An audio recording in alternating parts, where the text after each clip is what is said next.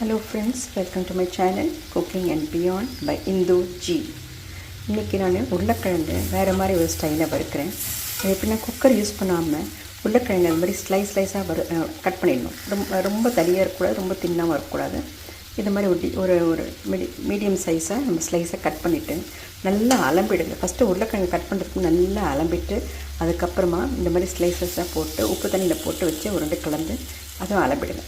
அப்புறம் ஒரு கடாயில் நல்லா எண்ணெயை விட்டு தாராளமாக அதில் இஞ்சி பூண்டு பேஸ்ட்டை நல்லா வதக்கிட்டு அதுக்கப்புறமா சின்னதாக ஆக்கிட்டு அதுக்கப்புறம் மிளகாத்தூள், காஷ்மீரி மிளகா, தனியா, சோம்பு, சீரகம், மிளகுத்தூள், மஞ்சத்தூள் எல்லாத்தையும் போட்டு தண்ணி ஊற்றி நல்ல மசாலா வறுத்துட்டு அதுக்கப்புறம் இந்த உருளைக்கிழங்கை நல்லா க்ளீனாக அலம்பிட்டு தண்ணி இல்லாமல் அதில் போட்டு அப்படியே நல்லா வறுத்துட்டே இருங்க. வறுத்துட்டு அது மசாலாலாம் நல்லா கோட்டான பிறகு தண்ணி விட்டு சுடு தண்ணி விட்டுட்டிங்கன்னா சீக்கிரம் வெந்துடும். அது மாதிரி வந்துடும், சவப்பாக கிறிஸ்பாகிடும். தேங்க்யூ.